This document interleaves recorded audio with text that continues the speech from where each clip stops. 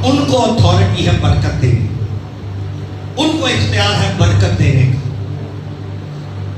Are you agree with me? मैं भी Bible कह रही है तो आपको एग्री होना पड़ेगा। सारे काहिन और सरदार काहिनों के होने के बावजूद कौम को बरकत कौन दे रहा है? ओके, प्रीच कौन कर रहा है? और फिर आगे उस हैकल की मखसूस की दुआ कौन कर रहा है?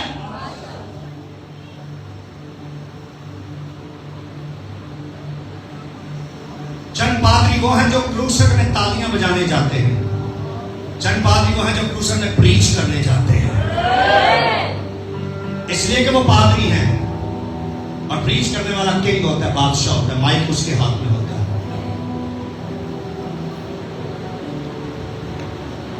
अब देख रहे मेरी कटिंग शटिंग हुई है, सही लग रहा? रात को 2 बजे मैं कटिंग करवाने गया, मैंने अपने हेयर ड्रेसर को कॉल की, उसने कहा मैं सुबह 4 बजे तक बैठूंगा, आप आ जाएं। मैं 2 बजे गया उसके पास, और मैं जब गया तो वहां एक पादरी साहब बैठे हुए थे मुझसे पहले।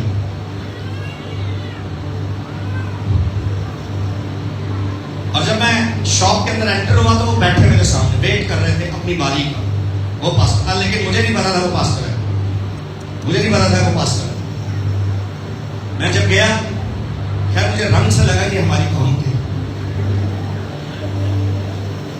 जो स्टाइल था उनका वो भी मुझे लगा हमारे में से।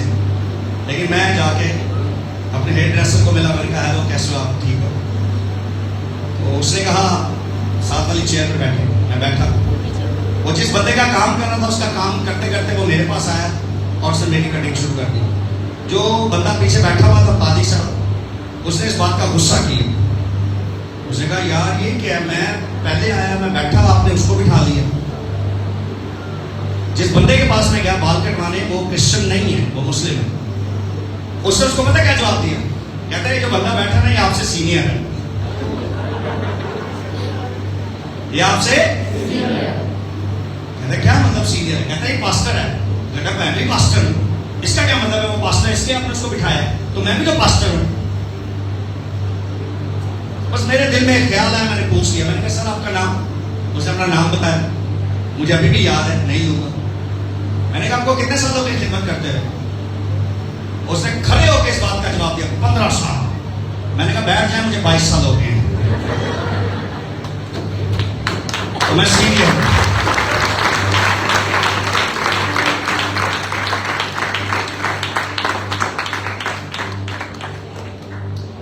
आपको बताना क्या चाहता हूं, हेयर ड्रेसर ने मुझसे पूछा चाय लेंगे, ग्रीन टी लेंगे, कॉफी लेंगे या कोल्ड ड्रिंक लेंगे? मैंने कहा चाय मंगवा। उसे चाय मंगवाई। मैंने कहा वो पास्टर साहब के लिए भी मंगवा। मैंने ऐसे कहा, तो वो कहता हाँ भाई हमें भी पिला दो, आपकी मेहरबानी।